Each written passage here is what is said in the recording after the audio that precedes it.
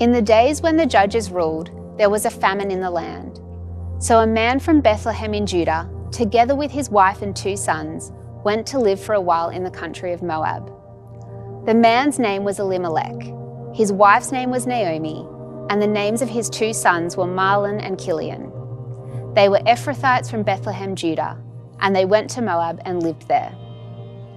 Now Elimelech, Naomi's husband, died, and she was left with her 2 sons.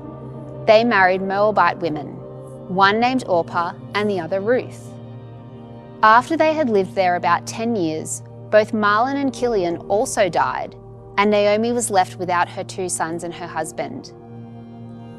When Naomi heard in Moab that the Lord had come to the aid of his people by providing food for them, she and her daughters-in-law prepared to return home from there. With her 2 daughters-in-law, she left the place where she had been living and set out on the road that would take them back to the land of Judah. Then Naomi said to her 2 daughters-in-law, "Go back, each of you, to your mother's home. May the Lord show you kindness, as you have shown kindness to your dead husbands and to me.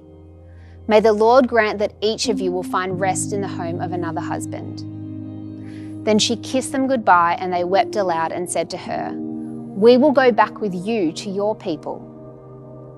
But Naomi said, "Return home, my daughters. Why would you come with me? Am I going to have any more sons who could become your husbands? Return home, my daughters. I am too old to have another husband.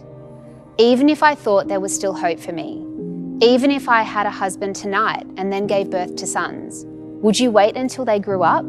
Would you remain unmarried for them? No, my daughters, it is more bitter for me than for you, because the Lord's hand has turned against me." At this they wept aloud again. Then Orpah kissed her mother-in-law goodbye, but Ruth clung to her. "Look," said Naomi, "your sister-in-law is going back to her people and her gods. Go back with her." But Ruth replied, "Don't urge me to leave you or to turn back from you. Where you go, I will go, and where you stay, I will stay. Your people will be my people, and your God, my God. Where you die, I will die, and there I will be buried. May the Lord deal with me, be it ever so severely, if even death separates you and me."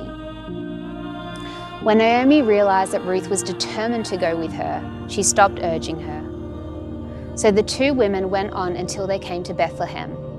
When they arrived in Bethlehem, the whole town was stirred because of them, and the women exclaimed, "Can this be Naomi?" "Don't call me Naomi," she told them. "Call me Mara, because the Almighty has made my life very bitter. I went away full, but the Lord has brought me back empty. Why call me Naomi? The Lord has afflicted me. The Almighty has brought misfortune upon me." So Naomi returned from Moab, accompanied by Ruth the Moabite, her daughter-in-law, arriving in Bethlehem as the barley harvest was beginning.